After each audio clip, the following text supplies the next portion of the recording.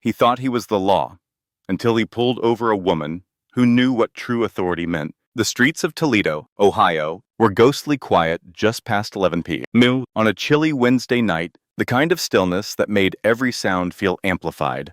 The hum of a distant engine, the rustle of leaves skittering across the pavement. Colonel Samantha Reed, 45, was behind the wheel of her government-issued black SUV, the vehicle's slightly tinted windows reflecting the faint glow of streetlights as she drove. She'd just wrapped up a grueling base meeting 2 hours south, her mind already drifting to the warmth of her bed at home. Her uniform was neatly packed in the back seat, replaced by civilian clothes, a simple navy sweater and jeans. But her posture remained military straight, a habit forged through 25 years of service. She wasn't speeding, wasn't swerving, just driving with the steady focus of a woman who'd commanded convoys through war zones. But Sergeant Nathan Carter saw something else. The 42-year-old Toledo police officer was parked near Reynolds Road, his cruiser tucked into the shadows, a lukewarm coffee growing colder in his hand as he scrolled through his phone. His shift had been dead. No calls, no action, just the monotony of a quiet night. Then he spotted Samantha's unfamiliar SUV gliding past, and something in him stirred. Maybe it was boredom, maybe it was the itch for control. But he tossed the cup aside, flipped on his lights, and pulled out behind her, the red and blue glow slicing through the darkness. Samantha glanced in her rearview mirror, her hazel eyes narrowing as the cruiser closed in. She slowed down and pulled over to the side of the road, her movements calm and controlled, just as her training had ingrained in her. The patrol car door slammed shut with a force that echoed in the empty street, and in her mirror she saw a tall man approaching, broad-shouldered, his hand resting on his holster, a flashlight gripped tightly in the other. He didn't go to the passenger side, didn't follow the usual protocol. Instead, he marched straight to her window, his boots heavy on the asphalt. License and registration. Carter barked, his voice sharp. No greeting, no courtesy. Samantha kept her hands visible on the steering wheel, her training kicking in despite the late hour. She rolled the window halfway down, her voice even. "Officer, may I ask why I was stopped?" Carter shined the flashlight directly into her face, the beam harsh against her eyes. "You were drifting between lanes, didn't signal,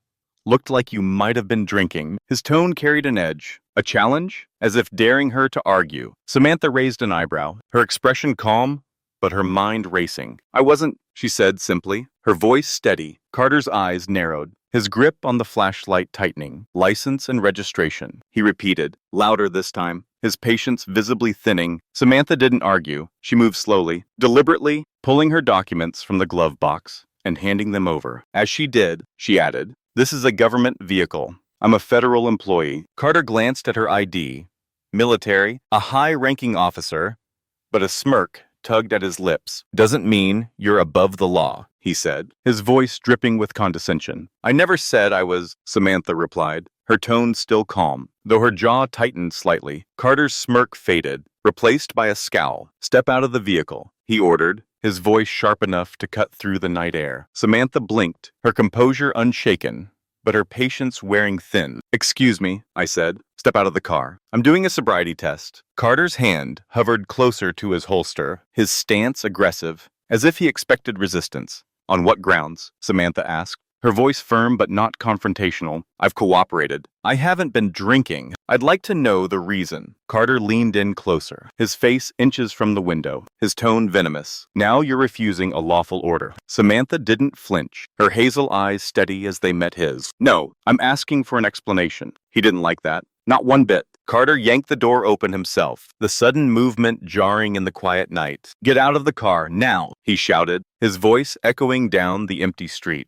Samantha's hand moved to her phone, her movements deliberate as she turned on the camera and hit record. "Just so we're clear," she said, her voice calm but laced with steel. "This conversation is being recorded." Carter's eyes flicked to the phone, a flash of hesitation crossing his face for the first time. But his pride was louder than his doubt. "Out? Now?" he repeated, his tone unyielding. Samantha stepped out of the SUV, standing tall at 5'9", her presence firm but not aggressive. Even in civilian clothes, her confidence was undeniable, the kind of quiet strength that came from leading soldiers through chaos. Carter studied her, a small voice in the back of his mind whispering, "What am I dealing with here?" But his ego drowned it out. He made her walk a straight line under the flickering streetlights, treating her like a common drunk driver on a weekend bender. Samantha passed with ease, no slurred words, no stumbling, no hesitation. Still, Carter wrote her a ticket. Failure to stay in your lane. He handed her the paper with a smirk, his eyes daring her to challenge him. Samantha took the ticket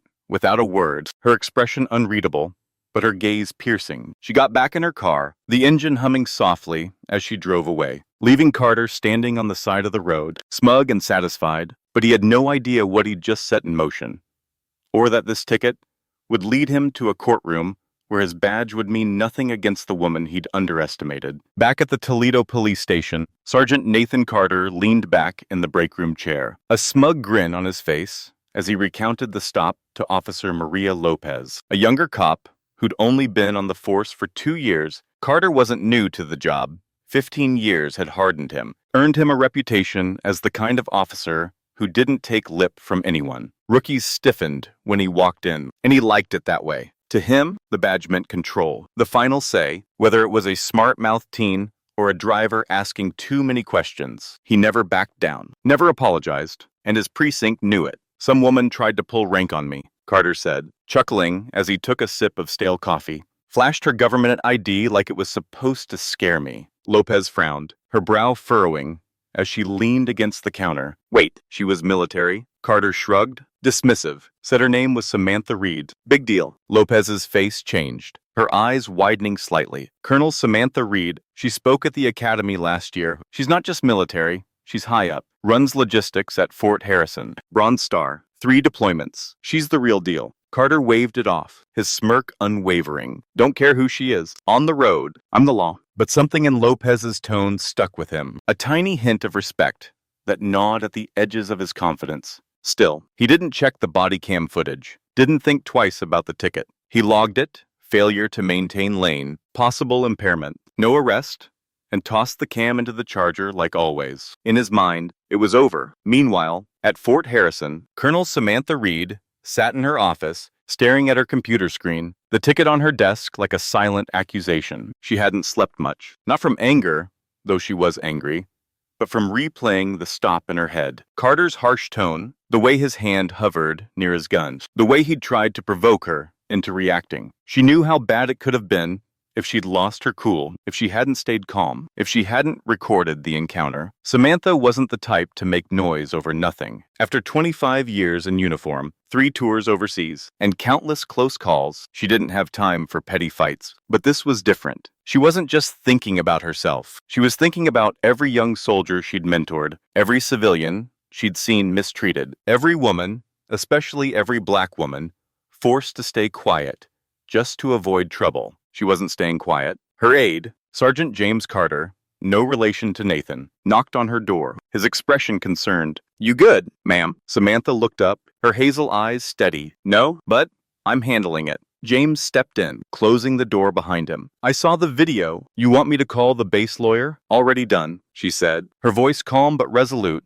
James hesitated, his brow furrowing. You sure you want to take this public? Samantha leaned back in her chair, her hands folded on the desk. I'm not looking for drama, James. I'm looking for accountability. And she meant it. She'd spent her career leading with discipline and integrity, commanding convoys in war zones, organizing disaster relief, managing soldiers and supplies across continents. Her rank wasn't just a title, she'd earned it. But to Nathan Carter, she'd been just another driver who didn't obey fast enough. And that's what burned her the most, how easy it had been for him to dismiss her. So she made calls to military lawyers, to the inspector general. She attached the video, filed a complaint, and let the facts speak for themselves. By the end of the week, Nathan Carter's name was tied to an investigation. The department's lawyers were notified, and Samantha was ready. Her lawyer had warned her the stop might have broken federal rules, and if needed, they'd go to court. Samantha didn't hesitate. She knew this wasn't just about a ticket.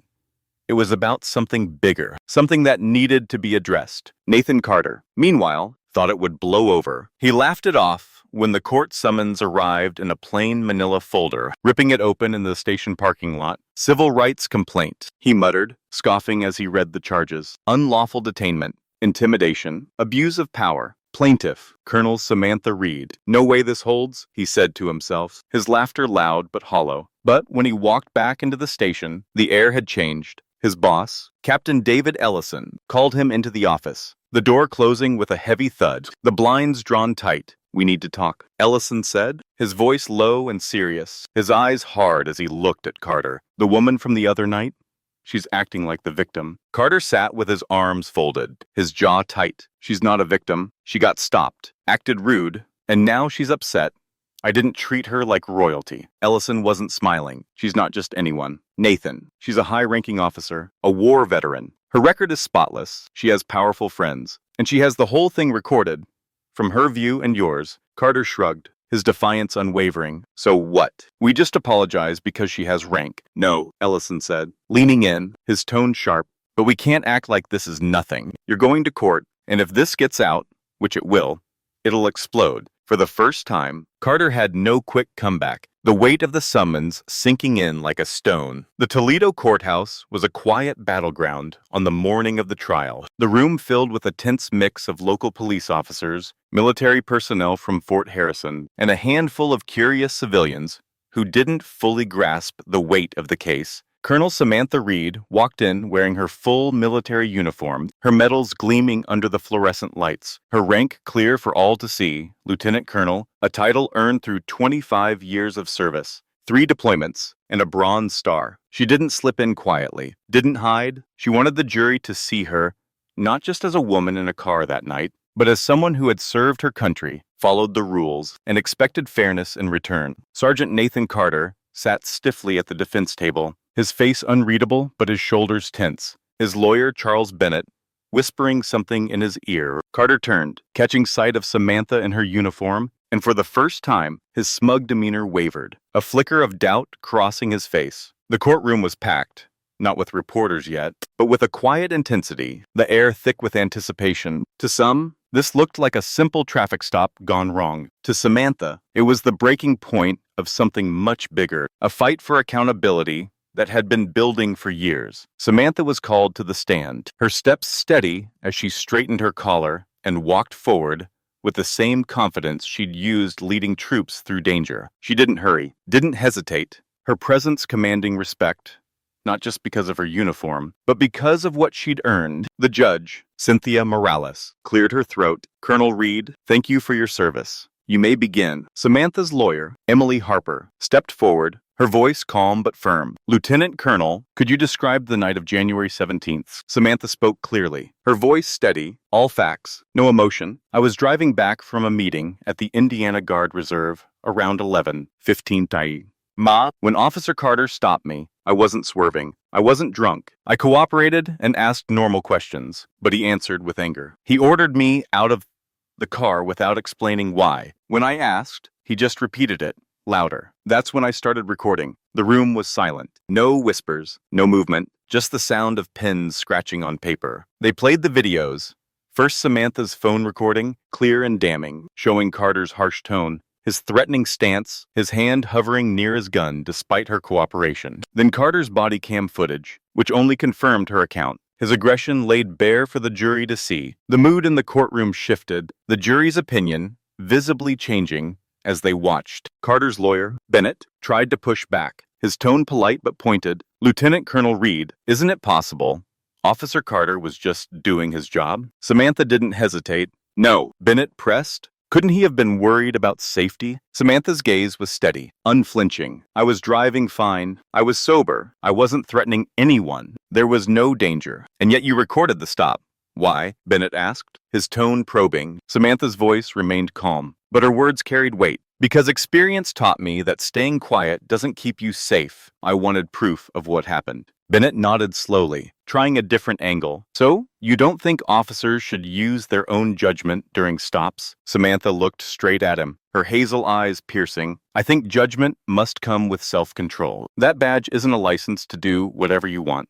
It's a duty. Even the judge paused at that, the room holding its breath. Then it was Carter's turn. He didn't testify, just watched as the videos played again, second by second, every harsh word, every glare, every moment he'd treated Samantha like she didn't matter. The prosecutor's voice was sharp as she questioned him. Sergeant Carter, why did you order her out of the car? Carter tensed, his voice low. She seemed suspicious. Did she disobey you? The prosecutor pressed. Carter hesitated. She questioned me. The prosecutor's tone was unrelenting. Is that against the law? Carter paused, his jaw tight. No? Did she yell? Threaten you? The prosecutor continued. No, Carter admitted, his voice quieter now. Then why escalate? No answer. The prosecutor delivered the final blow. Sergeant Carter, did you know she was a lieutenant colonel? Carter's voice dropped, barely audible. Not then. The prosecutor leaned in. And if you had, Carter's eyes flicked to the floor, his voice a whisper. I might have handled it differently. The room went still, the truth slipping out like a confession.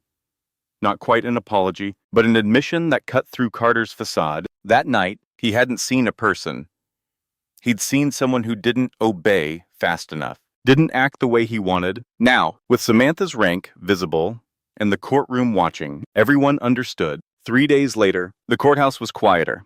No uniforms, no extra officers, just Samantha, her lawyer, and a few observers. Carter sat with his attorney, his jaw clenched, as Judge Morales delivered the verdict. In the case of Reed versus Carter, the jury finds in favor of the plaintiff. The court rules that Sergeant Carter violated constitutional rights during an unlawful stop. His actions did not follow department rules or basic professional standards. Carter shifted, his face blank, but his hands trembling slightly. Samantha didn't move, her expression unchanged. The judge continued, no criminal charges will be filed, but the plaintiff is awarded $35,000 in compensation. This ruling will remain in the public record and will be sent to the Department of Justice and the Toledo Police Department for review and policy changes. Carter's lawyer muttered about an appeal, but even he seemed uncertain. Samantha didn't smile, didn't cheer. She gave a single nod, not to the judge, not to the jury, but to herself. She had done what she set out to do. Outside the courthouse, Carter paced near the steps, his head lowered as a few local reporters snapped photos, their cameras flashing as he hid his face behind a folder. He stayed silent, made no comment, and drove away, the weight of his actions finally sinking in. Inside, Samantha paused in the hallway, checking her phone as a message popped up. You won. Case closed. Her lawyer, Emily Harper, caught up to her, her voice soft. You could have demanded more money. Samantha shook her head, her voice quiet but firm. It wasn't about the cash. Emily studied her for a moment, then asked, Do you think this will make a difference? Samantha glanced at the glass doors, her hazel eyes steady. I'm not sure, but maybe next time he stops someone, he'll hesitate. 2 months later, Samantha stood before a room of new recruits at Fort Harrison, most of them fresh in their uniforms, their eyes wide with eagerness. She wasn't there to discuss battle plans or logistics. She spoke about leadership, what it means when no one is watching. How many of you believe a uniform automatically makes people respect you? She asked, scanning the room. A few hands rose, some hesitant, some certain. She nodded, her voice calm but commanding. I understand why you'd think that, but here's the reality. Respect isn't given. It's earned. With every action, every choice. She let the words sink in, her gaze steady. The same goes for power. The badge, the rank, the authority. It's not armor. It's a burden. If you can't handle it with honor, you don't deserve it. In the back, a young soldier sat straighter, listening closely. Samantha paused, then continued. When an officer stopped me and forgot his duty, I could have screamed. I could have frozen. I could have ignored it. I didn't. I recorded it. I reported it. I went to court, and I told the truth. The room stayed silent, not from boredom, but from understanding. That officer thought his badge made him invincible until he saw my rank, not just on my uniform, but in how I stood my ground. That's the difference. That's real leadership. She shut her folder, her voice steady as she concluded. Lead with honesty. Serve with honor. You don't just wear the uniform. You represent everyone who ever wore it, and everyone who ever will. When you see injustice, don't look away. Silence helps the wrongdoers, but courage defends everyone.